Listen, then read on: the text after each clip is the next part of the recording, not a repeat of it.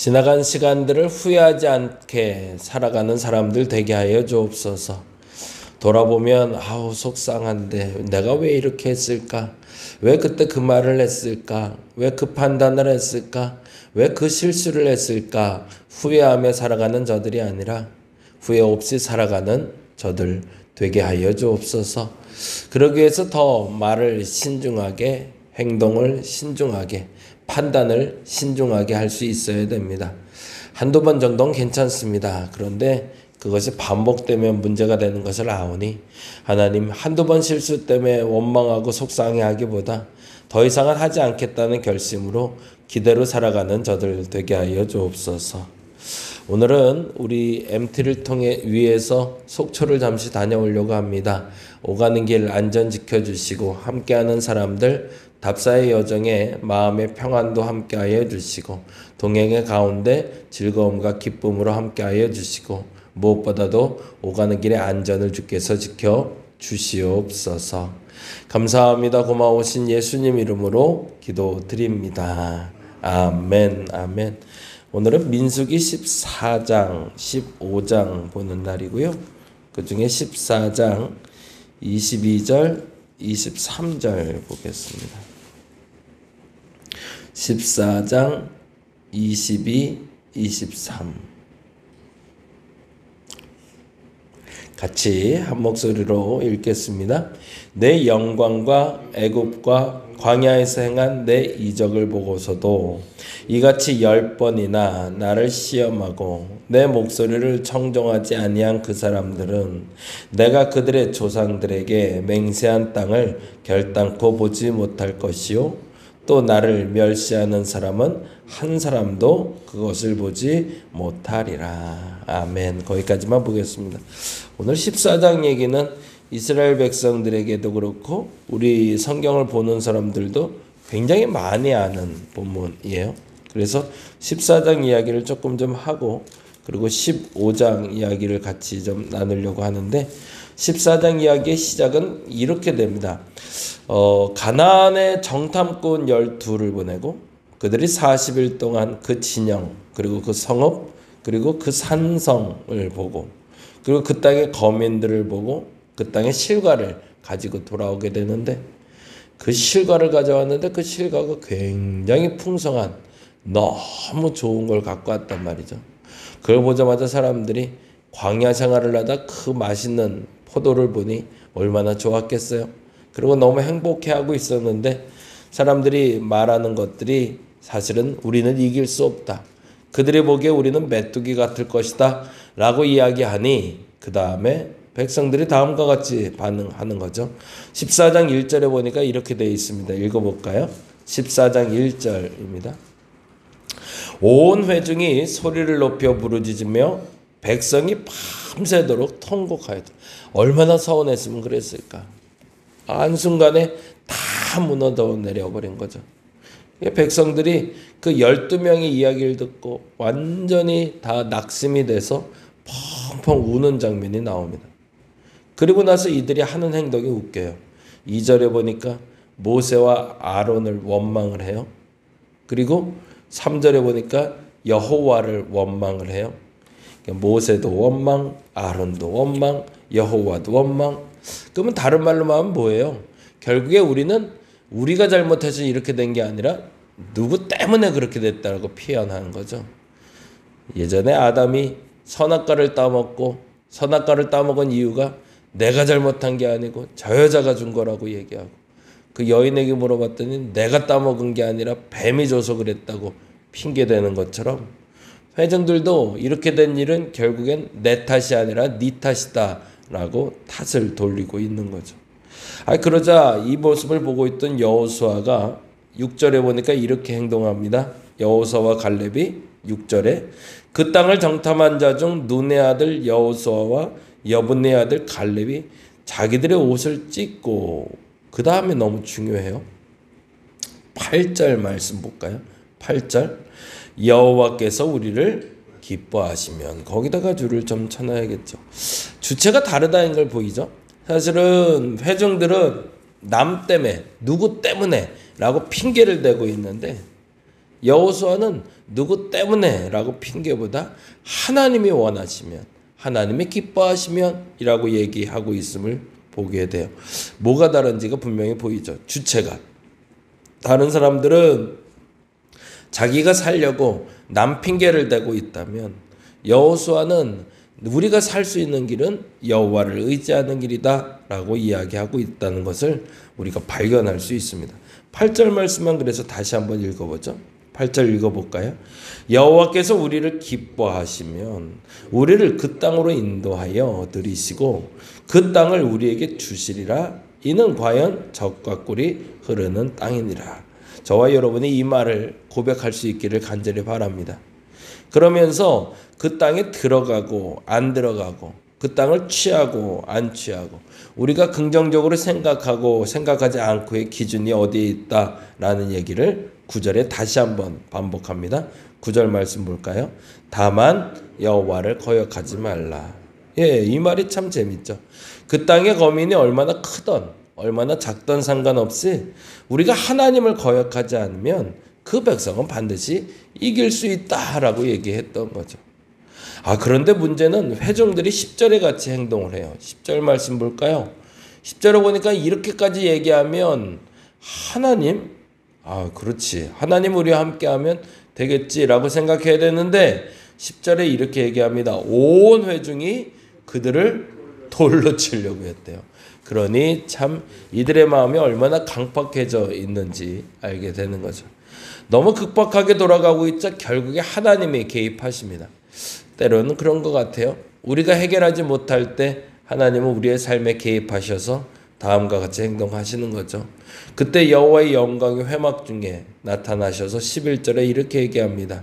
11절에 여호와께서 모세에게 이르시되 이 백성이 어느 때까지 나를 멸시하겠느냐? 내가 그들 중에 많은 이적을 행하시나 어느 때까지 나를 믿지 않게. 서운하다는 얘기죠. 해도 너무한다. 근데 그 표현을 참 재미난 표현을 쓰고 있어요. 내가 너희를 어느 때까지 멸시하겠느냐? 많은 이적을 행했으나 어느 때까지 나를 믿지 않겠느냐? 라고 얘기하며 하나님이 그들과 관계 속에 있었던 일에 대해서 22절에 이렇게까지 표현하고 있습니다. 22절 볼까요? 22절 같이 읽어보겠습니다.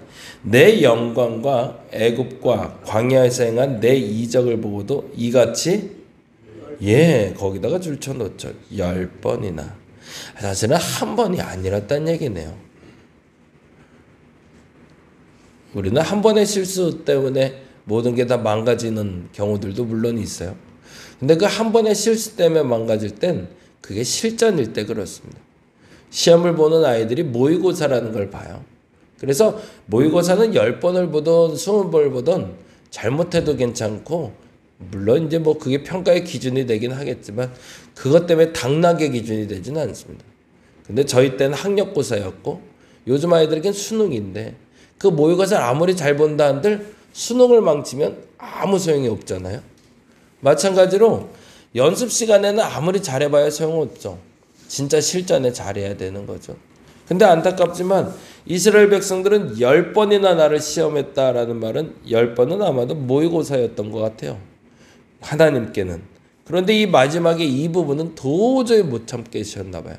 그래서 결국에 이 시험 때에 그들은 걸리고 맙니다. 그리고 34절에 다음과 같이 이야기하고 있죠. 34절 말씀 볼까요? 너희는 그 땅을 정탐한 날 수인 40일의 하루를 1년으로 쳐서 그 40년간 너희의 죄악을 담당할지니 너희는 그제서야 내가 싫어하면 어떻게 되는지를 알리라 하셨느니라 라고 이야기하며, 그들이 정탐한 그 40일의 기간을 40년으로 계산하셔서 결국에는 시간을 허비하게 된 그들을 만나게 됩니다. 후회해도 소용없는 때가 있습니다. 후회하고 실수를 인정함에도 가능할 때가 있습니다. 그때가 언제인지를 아는 게 너무 중요하죠. 그래서 만일에 실수해도 되는 때를 실수했다는 걸 인정한다면 더 이상 실패하지 않을 수 있지만, 더 이상 이제 돌아설 수 없는 그때가 된다면 그때는 절대 놓치지 않는 우리가 되어야 될 겁니다. 근데 안타깝게도 우리는 그때를 모르고 살아가는 것 같아요. 하루하루가 신중했으면 좋겠습니다. 오늘의 말이, 오늘의 행동이 내내 마음에 걸릴 만큼 걸림돌이 되는 것만 갖고 사는 것이 아니라 그것을 조금 넘어설 수 있도록 조금 더 말도 행동도 신중하는 저와 여러분 되었으면 좋겠습니다. 한 가지만 더 이야기 드리고 마무리하려고 하는데요. 그리고 나서 참 독특한 게요. 야, 이렇게까지 왔으면 쳐다보기 싫잖아요. 정말 밉상이잖아요. 40일, 40년 동안. 이렇게까지 얘기하고 나서 15장에 보니 15장에 매우 흥미로운 얘기가 들어갑니다. 15장 1절, 2절 볼까요? 1절, 2절 읽어봅니다. 여호와께서 모세에게 말씀하여 이르시되 무슨 얘기 하시나 보세요. 이스라엘 자손에게 말하여 그들에게 이르래요. 뭐를? 너희는 내가 주어 살게 할 땅에 들어가서. 결국에는 들여보낸다는 뜻이죠. 결국엔 다시 들어가게 될 거라는 겁니다. 그게 참 재밌어요. 그렇게 화를 내놓곤 그래도 들어가야지 라고 하나님이 이야기하시는데요. 요게 재미난 게 3절부터 10절까지의 얘기는 사실은 레위기 1장부터 7장에서 나오지 않았던 얘기 중에 하나가 포함이 되는데요. 그 얘기를 잠깐 읽고 마무리하겠습니다. 3절에 보니 이렇게 돼 있네요. 여호와께 화제나 번제나 서원을 갚는 제사나 낙헌제나 정한절기에 소나 양을 여호와께 향기로 드릴 때 그랬어요. 번제, 화목제, 속죄제, 속건제 같은 예물을 얘기하죠. 그런데 그때 한 가지 추가할 게 있대요. 그게 4절입니다. 그러한 헌물을 드린 자는 뭐래요? 고운 가루 10분의 1, 기름 4분의 1 흰을 섞어 여호와께 소제를 드리래요. 그리고 5절에 번제나 다른 제도 드리는 제물이 어린 양이면 전제로 포도주 4분의 1 흰을 준비할 거고 숫양이면 소제로 고운 가루 10분의 2에 기름 3분의 1 흰을 섞어 준비하고 전제로 포도주 3분의 1 흰을 들여 여호와 앞에 향기롭게 할 것이요. 이게 왜 중요하냐면 지금은 광야 생활 중이잖아요. 유목민들이에요. 유목민이란 말은 농사를 못 짓는다는 얘기죠. 농사를 지을 수 있으면 포도주도 곡식도 거둘 수 있죠. 근데 농사를 안 지으면 포도주도 곡식도 거둘 수 없죠. 탈취하기 전에. 그래서 지금 이 말을 하는 이유는 그때 너희가 들어가면 고운 가루 10분의 1 그리고 포도주 그리고 기름도 마음껏 얻을 수 있는 땅을 너희가 얻게 될 것이다 라는 걸 하나님이 얘기하고 계신 겁니다. 근데 너희는 그 기회를 놓쳤다라고 얘기하는 거죠. 안타깝지만 끝나고 나서 후회해도 다시 기회가 올 때가 있습니다. 그때는 반드시 잡아야 됩니다.